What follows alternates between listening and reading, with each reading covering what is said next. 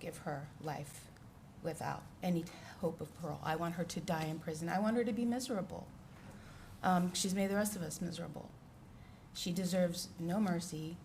If she had a chance, she would probably fulfill other threats that she's made to other family members. So I do respectfully ask that you give her life in prison. I want her to die in prison, Your Honor. Thank you. Thank you.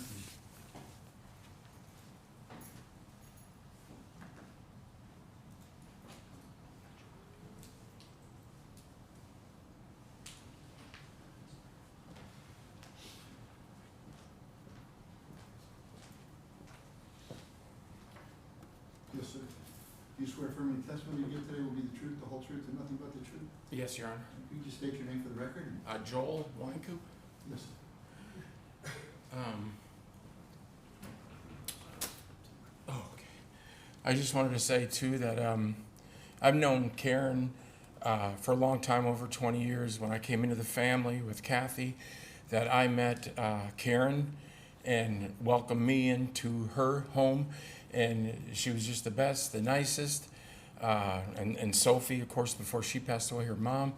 And just a great family to know them. And then when Deborah came into the picture, Karen let her come into her home and live there for free, and everything was great for a while. It was nice. We'd come over, we get to see Deborah, we get to see Karen, you know, have a nice family thing, and then something changed. We would go over there, and then Deborah wouldn't talk to any of us. She wouldn't talk to Kathy's dad. She wouldn't talk to me. She would just walk around with a kind of a dumb smile like that when we would say hello, trying to be nice, trying to be conversational.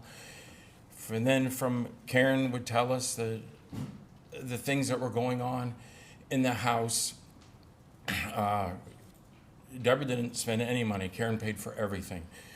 Things got so bad that we told Karen, Kathy's dad and I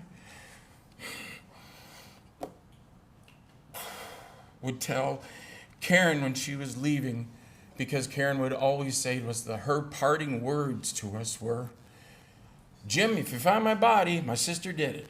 Every single time she left Mom and Dad's house, it was always the same thing. Jim, if you find my body, my sister did it.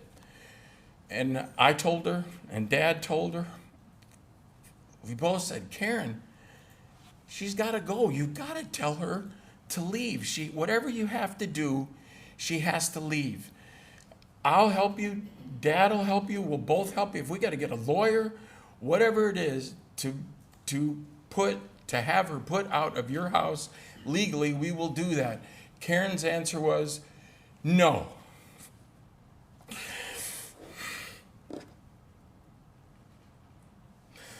No. She's my sister. I love her. She has nobody else. She has no family. I have to take care of her. And that's what she would always tell us every time. And it just killed us the day we got the call. My Aunt Mickey, Kathy's aunt, said, go over and see if Karen's okay. And as soon as we round the corner, the place is surrounded by sheriffs. And I told my wife, she did it. She killed her. And we haven't inherited Mom and Dad's house, so we go by there every day. And we drive by Karen's house every single night when I go to check the mail. And I always say, Karen, we love you and we miss you. And we want justice for you. We know you love your sister, but she needs to pay for what she did. And I ask you for just the maximum, everything you can give, because she needs to pay for this. She needs to pay for what she did. And I thank the court and everybody here, and I thank you, Your Honor. Thank you. Thank you, sir. But that's it, Judge. So, Judge, as you can obviously tell, the state is seeking life in Florida State Prison. She scores a minimum of 246 months. This case is as close to a first-degree murder case as I've ever tried a second-degree murder case. We believe we have or had the motive, the forethought to kill, because she had expressed it, but we were unable to find a way to get that evidence admitted, obviously. But it was very clear from the victim in this case that she was scared. She was concerned that this woman was going to do exactly what this woman did to her, which was to kill her. And so, Judge, we believe, while it's not charged as a first-degree murder, this case shows ample premeditation, and we would be requesting, Your Honor, that she get the maximum sentence under the law on this charge, which would be life in Florida State Prison. Thank you. Defense? Judge, I didn't want to interrupt Mr. Terry, but I would absolutely object to the court considering anything about what they think they could have charged, what they wanted to charge. What this court should consider is the evidence that was presented during the trial, the jury's verdict, which is guilty of second-degree murder, and anything that the court has heard or listened to from the PSI, and anything that the court deems to be relevant from regarding victim impact statements here today.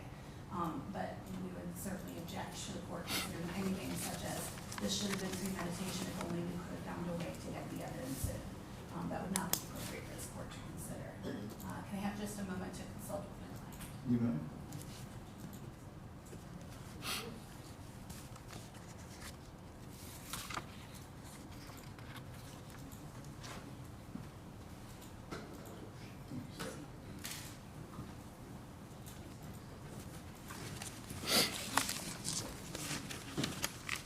Ms. Patton would like to make a statement to the court, Your Honor.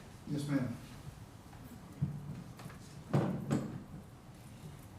Your Honor, thank you. I do stand here blameless for this. I do intend to appeal the verdict. I do also forgive everything that I just heard in here that was a lie. Heavenly Father, I know that you are in sovereign control over this situation.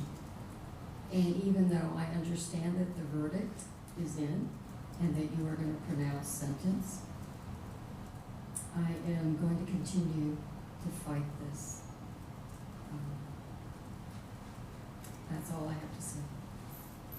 Anything else? Judge, I just ask that you consider, as I stated earlier, the facts that were, the evidence that were introduced in the trial. Also consider the PSI that's provided to the court. The only correction that I do have to the PSI is with regard to credit for time served. They only calculated the time after Ms. Patton was returned from the Florida State Hospital. Didn't they recommend life in prison? I'm sorry? The PSI, wasn't it life in prison? Was there a recommendation? That was, Judge. Yes. The credit for time served is 1,723 days. Ms. Patton is 72 years old. We're asking that the court sentence her to the 25-year minimum sentence, as this court is required to do, and also take into consideration the fact that she did spend 2 years at the Florida State Hospital as a result of mental illness, and I think that sort of coincides with the evidence that the court heard during the trial, which was that Ms. Patton, for a period of time, was sociable. She was pleasant. She was perfectly fine. And then there comes a point in time where her demeanor changes, her life changes, and that is when things start to change in the relationship between her and her sister. So I think that that coincides with what the reports are that sent Ms. Patton to the hospital back in 2022 as well. Thank you for your time this morning. Can I add anything at this point? Nothing else? That's it? No, thank you, Your Honor. Well, I remember this evidence. I remember this case when it first came in. The cold, calculated way that you perpetrated this crime. You say you stand there blameless? I do.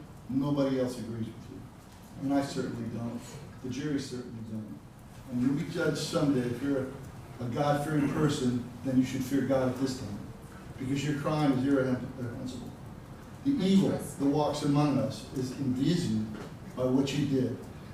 When I watched the video and saw you just calmly take the shovel and walk back into the house to bury your sister's body, it's unfathomable.